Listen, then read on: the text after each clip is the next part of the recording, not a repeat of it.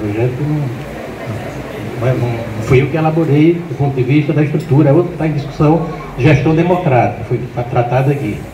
Nós elaboramos a reestruturação do plano de caso, carreira e remuneração dos profissionais da educação escolar e de respeito aí ao cumprimento legal de dar o ordenamento jurídico, a adequação da legislação instituída. Então foi isso que nós elaboramos. É claro que para fazer o debate que está colocado aqui, eu vou propor um encaminhamento, porque se eu fosse debater aqui todos os pontos, inclusive que foram levantados do ponto de vista de legislação, jurídico, que foi levantado pelo sindicato, não tem como fazer isso em 15 minutos. Nós levaríamos naturalmente uma hora e meia, que é o tempo, eu estou falando isso porque foi o tempo exatamente que eu levei na quarta-feira passada na Câmara de Vereadores de Riachos para debater o plano de carreira. Então não é essa a questão, o fundo central. Então, como tem esses pontos, eu vou aqui me ater mais ao ponto direto das questões emergenciais, que levam inclusive a essa questão. Eu, na minha concepção, achava que estava tudo resolvido. Eu nem sabia no primeiro momento, depois, que ainda estava em greve aqui. E ainda estava no momento de greve. Até porque nós, quando iniciamos a discussão para reestruturar o plano de carreira, sentamos, antes de qualquer encaminhamento, 3 vezes com a gestão e com o sindicato.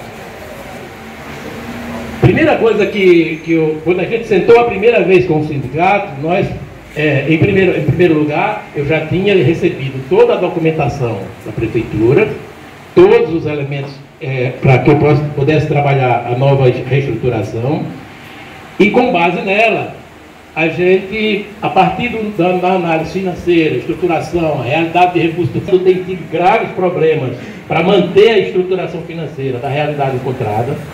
Nós, a partir daí, fizemos o estudo e, dentro do estudo feito, sentamos com o sindicato e apresentamos 2 alternativas. Antes de colocar essas alternativas, quero só chamar a atenção o seguinte, que quando a gente estrutura o plano, grande parte da legislação já está contemplada, porque ele já existia anteriormente, mas passa por uma gama de legislação grande, que vai desde as emendas constitucionais, em especial da educação, a emenda constitucional 53 e a 108, que é a que trata especificamente do Fundeb, além das leis, desde a lei 11.301, que trata da aposentadoria especial de professores, passando pela lei 14.113, que é a lei que reestruturou o Fundeb com a sua emenda, que apenas destinou forma de pagamento, mas basicamente o ordenamento para a estrutura de carreira está fundamentado nos instrumentos legais do Conselho Nacional de Educação, que determina as normas de carreira. E ou seja, mais precisamente o parecer número 9 de 2009, que é separado professores e funcionários. Por que separado?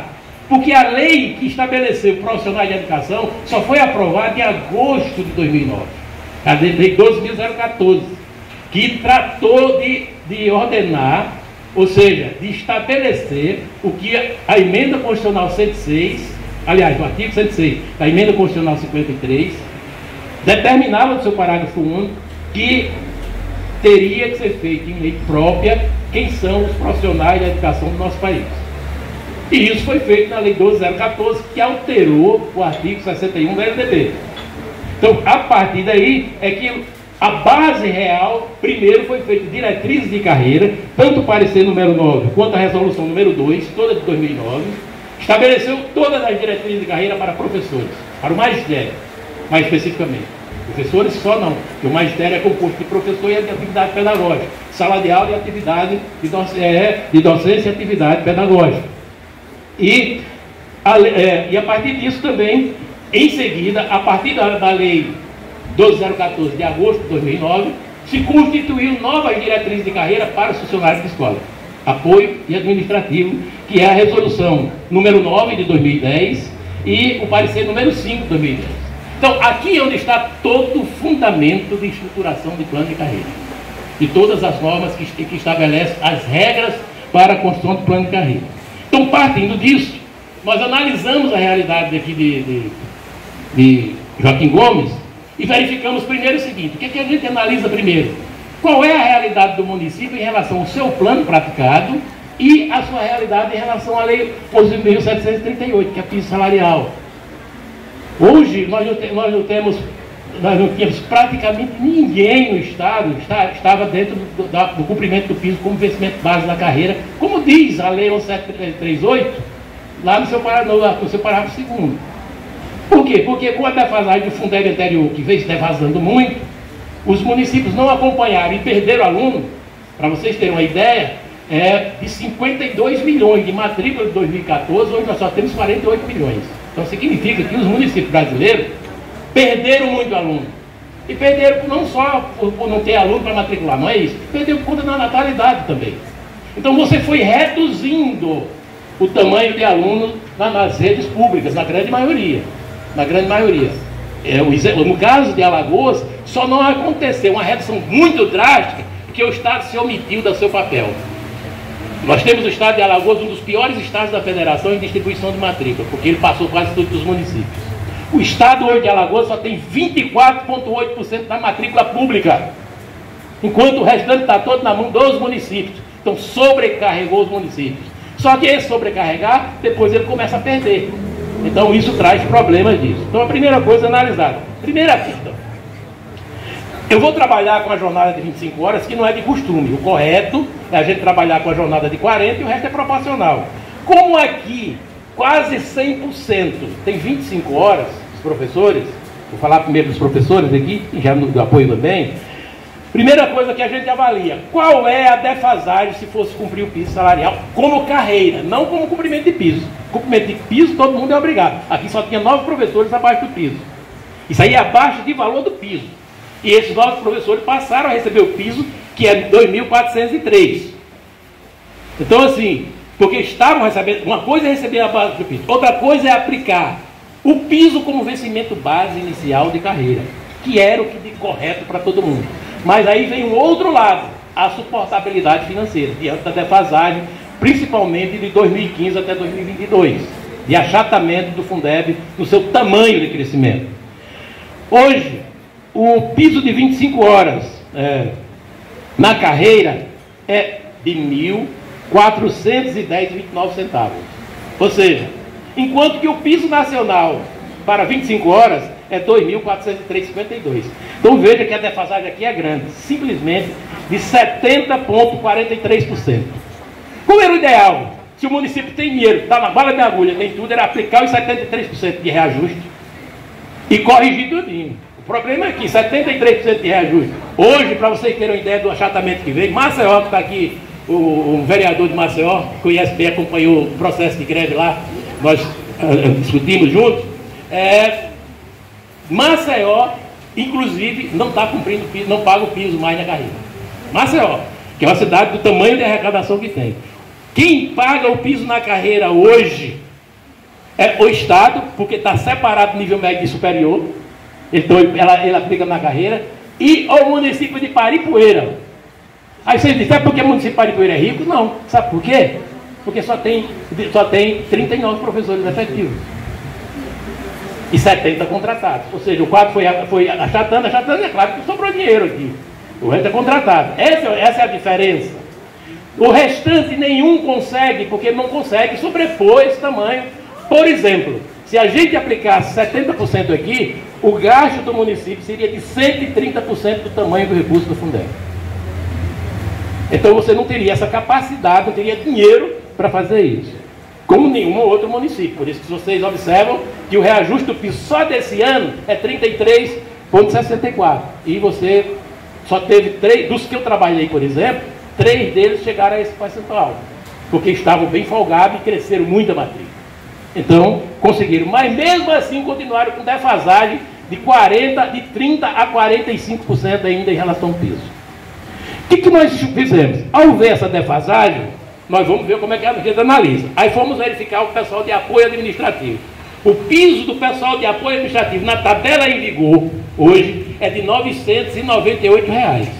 Isso é o que vale. O que vale para reajustar não é o que você está ganhando, é o que está na lei da sua tabela salarial. Você não pode pagar fora daqui. O que ocorre por força de lei? Quem está abaixo disso recebe salário mínimo. Da mesma forma de que no caso do magistério, quem estivesse abaixo tinha que estar recebendo o piso, obrigatoriamente, que é o valor que de qual ninguém pode receber a menor. Ponto 2, desse caso. Quando a gente avalia isso em relação ao salário mínimo, essa defasagem já é bem menor, mesmo sendo apenas um salário de R$ 998, essa defasagem é apenas de 21,44. Então, do ponto de vista do pessoal de apoio administrativo, nós temos uma defasagem salarial de 21,744 e temos no magistério 70,43. Fomos verificar a partir daí qual eram as alternativas de impacto de possível trabalhar o plano real concreto. Observamos primeiro o seguinte, que no plano atual como ele está, vocês vão fazendo de conta que tem um plano e o município faz de conta que teria uma carreira cumprindo o piso. Não vai cumprir nunca, porque a estruturação dele não cabe para a realidade hoje financeira e para a realidade estrutural. Porque a diferença entre horizontalidade, verticalidade e diagonalidade é muito superior ao tamanho de qualquer plano que a gente tenha por aqui no estado hoje. Bem, partindo disso, nós fizemos 2 estudos que chegavam ao valor suportável em tese, chegando a mais de 90% do tamanho de gasto do Fundeb. Um era propor ao sindicato fazer uma proposição de uma reestruturação de plano com os percentuais ali estabelecidos. A outra era propor um reajuste. Então fizemos 2 alternativas. Chamamos o sindicato, fizemos uma reunião em Maceió com a gestão e o sindicato, e a proposta foi o seguinte: primeira alternativa, estabelecer um percentual entre as classes de 4%, nível do magistério para o nível 2, 40%, do nível 2 para o 3, 15%, do nível 3 para o 4, 20% e do nível 4 para o 5, 20%. Ou seja, elevando o piso inicial da tabela de vocês de 1.410,29 para 1.974,41. Ou seja, incrementando na tabela real um reajuste na base inicial de 40%. 40%. Ok? Depois eu destrincho isso no que é. Ou seja, isso traria uma redução na diferença de perda salarial em relação ao piso de 70% para 12,24%. Então você já ficaria bem próximo de, nas próximas estruturações, se melhorar o quadro de matrícula, se reestruturar isso, for melhorando, você vai ter, e crescendo o recurso, você vai tendo condição de ir aproximando mais, de resolver um plano mais enxuto e mais estruturado. Alguém pode perguntar, mas aí eu vou perder, eu vou dizer quanto cada um ganhou com essa proposta. Ok? Bem, segunda proposta, não faz nada, só muda as nomenclaturas legais para adequar à legislação nova, de todas as normas jurídicas existentes hoje, deixa a tabela como está e aplica 15%. Porque era mais ou menos o mesmo tamanho do percentual que a gente fez para incrementar nessa questão. Ou seja, o que era possível de dar de reajuste na tabela existente hoje, 15%. Portanto, o piso base sairia de 1.410,29 para 1.620,83. E aí era um reajuste linear, na tabela existente, sem mexer nela, para todo mundo. Entregamos essas 2 propostas para o sindicato analisar e estruturar ao nosso presidente e aos companheiros e companheiras que estavam lá presentes. Algum tempo depois, nos foi retornado, para poder que a gente pudesse encaminhar o plano. E o sindicato definiu naquele primeiro momento pela primeira proposta, que era a proposta de reestruturação. O que essa proposta traria? O correto aqui era se a gente estivesse fazendo uma apresentação, a gente pudesse fazer aqui, minuciosamente, um data show, apresentando cada detalhe para cada um. Mas isso não é possível fazer agora. A gente pode fazer até em qualquer momento aí, sem problema. Mas eu quero só dizer a diferença das 2 propostas. Hoje, grande parte da categoria dos professores são ingressantes. São novos na carreira. Esses, do ponto de vista de partida, seriam os mais beneficiados. É claro que se eu elevo o salário base de carreira imediato em 40%, eu não posso levar o mesmo percentual para a ponta, porque é aquilo que eu diria. Mantendo a mesma estrutura de hoje, você chegaria a 130% da realidade do plano. Mas eu quero só dizer o que é que essa proposta, primeiro, por isso, acho que pode ter sido por isso também, que o próprio sindicato nos colocou que a proposição era pela primeira proposta, que era o seguinte: 73 professores, 73, nós temos 192, 192, vou dizer os números aqui. 73 professores, com esta proposta de reestruturação, terão aumento imediato na sua base salarial de 30,67%. 73, quase a metade.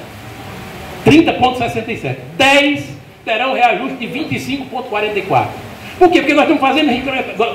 Tem que entender uma coisa. Uma coisa é reajuste linear. Reajuste linear você não mexe nada. São duas coisas distintas, reajuste e aumento.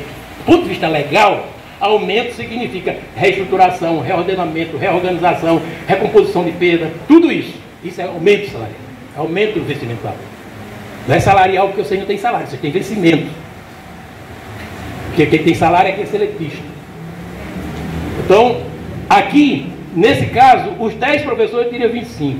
3 teriam 22,52. Mais 3 teriam 20,21.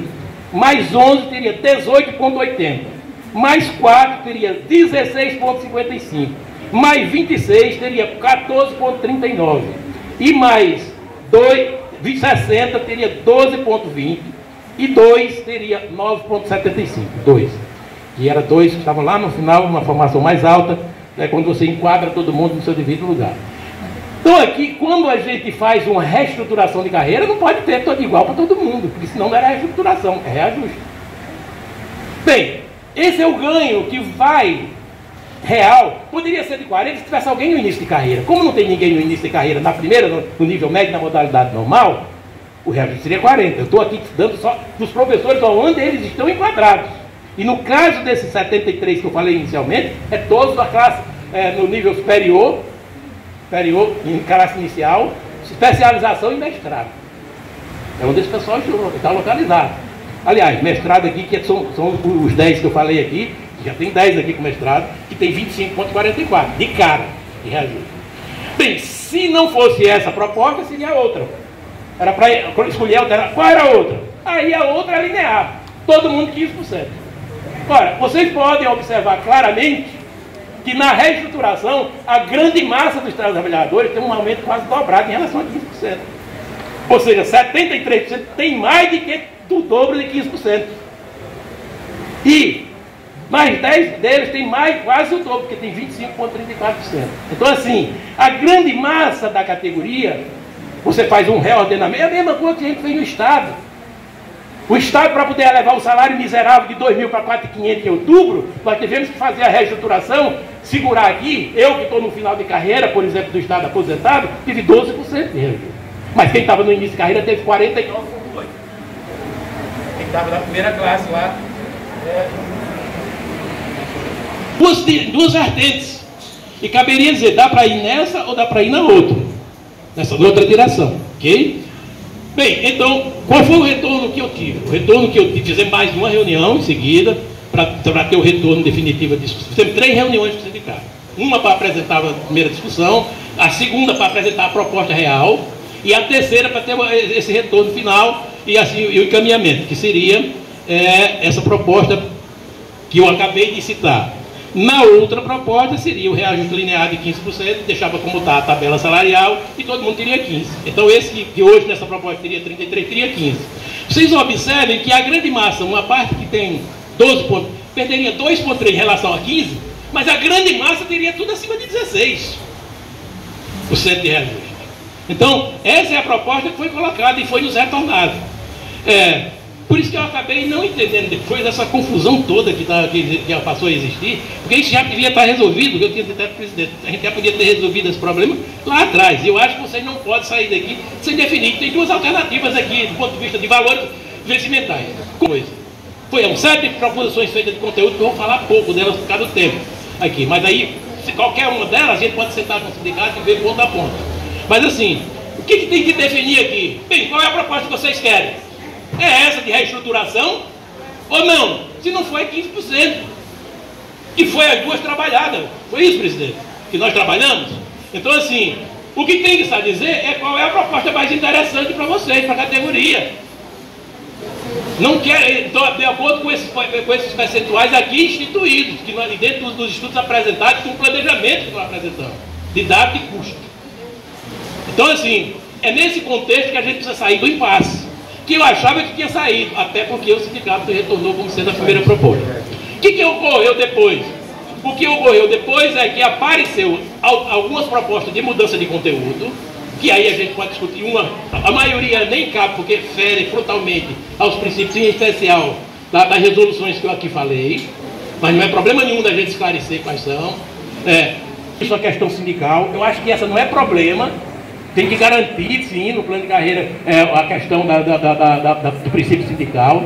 E alguma ou outra de coisa que muda ali, que estava propondo mudar, por exemplo, a questão só de letra, alguma nem pede, na verdade alguma parte dela pede esclarecimento do que está escrito e de outro. E uma outra que pedia muito, que eu vou logo dizer aqui de cara que não caberia, que é pedindo para tirar o artigo que trata de evolução no quadro próprio estágio probatório. Isso não pode, gente. Do mesmo jeito que falaram aqui de inconstitucionalidade disso daqui, o período de estágio probatório é o período que não pode ter evolução porque você não é servidor público ainda. Se o município não faz ou não estágio probatório, é problema dele, não é problema do funcionário. E aí ele tem que cumprir o estágio probatório como aceito. Que é o que ocorre na maioria. Não é o que ocorre na maioria do estado, não. Eu trabalho com estados como o Paraná, por exemplo, que 100% dos municípios faz permanentemente a avaliação total de todos que entram. De todos que entram no quadro público. Aqui, se você apontar um município que faz, nenhum. Ou seja, não se estruturaram para isso. Então, assim, nesse contexto, tem 2, 3 lugares pedindo para fazer a omissão disso, dizendo que é para garantir a evolução do período de estágio probatório. No período de estágio probatório não se concede, porque você só passa a ser funcionário público com estabilidade a partir de 3 anos, como determina a Constituição. Aí sim, aí você é funcionário, dali você pode evoluir para tudo quanto é canto. Agora, infelizmente, tem gente construindo plano de carreira por aí, como por exemplo, os assessores da AMA, que está matando o servidor. Depois do estágio probatório, vai contar o tamanho de tempo para começar a contar. É assim que está. Em muitos planos de carreira. E já chegou a ter isso no plano de Maceió, antigamente, que foi derrubado na justiça. Foi derrubado na justiça. Ou seja, eu acabei de ver um plano, por exemplo, de Atalaia, feito agora, que é de 5 anos, não é de 3. E o cara só vai ter, podemos fazer qualquer mudança, quando contar mais 5 anos depois do estágio probatório. Então ele vai levar 8 anos. E se for reprovado no estágio futuro, ele nem carreira tem. Então, assim, o que está trabalhando aqui com relação a essa questão é especificamente os mecanismos legais instituídos. Você não pode evoluir nos 3 anos de estágio probatório. Ponto. Então, assim, na maioria dos outros pontos, são mais de esclarecimento de coisas que a gente pode até discutir paralelamente a isso. Eu estou colocando aqui os 2 pontos mais centrais, que até o tempo não dá, mas para poder aclarar aqui essa questão. E quero chamar também, por fim, a atenção agora do pessoal de apoio. Eu já disse aqui que o pessoal de apoio tem salário base inicial da carreira de 998. Na proposta de reestruturação 1, esse salário base sai de 998 para R$ 1.221. Ele passa a ser acima do salário mínimo e as progressões implementadas, reestruturadas. Portanto, ele passa a ter folga em relação ao salário mínimo de hoje. Chegar no próximo ano tem que reajustar, ver como discute, mas já está numa situação privilegiada em relação ao salário mínimo. Está acima do salário mínimo. Se for a proposta 2, a tabela do pessoal de apoio administrativo, boa parte continua abaixo do salário mínimo. Sabe por quê? Porque vai se aplicar 15%, não é em cima do salário mínimo, que não pode. Vai se aplicar em cima da tabela salarial em vigor. E a tabela salarial em vigor é 998. Então eu vou aplicar 15% em cima do salário 998, que passa para 1.147,70. Então o salário inicial, com a proposta 2, passa a ser de 1.147,70. Então um monte de gente vai continuar recebendo salário mínimo de força de lei e sua carreira achatada. Então, assim, a reestruturação aqui feita dá um fôlego grande e já recompõe mais de 100% da perda salarial em relação ao salário mínimo. Porque está se propondo aqui um salário de partida de 1.221. Aliás, 1.221, desculpe, 1.230, desculpe, é mesmo, 1.221 foi uma da semana passada, eu já estava falando errado aqui, está vendo para mim? 1.230. Então, é a partir de 1.230 que se aplica as demais progressões reestruturadas. Ok? Então, assim, isso é um ganho significativo, porque reestrutura essa carreira já sem perda salarial.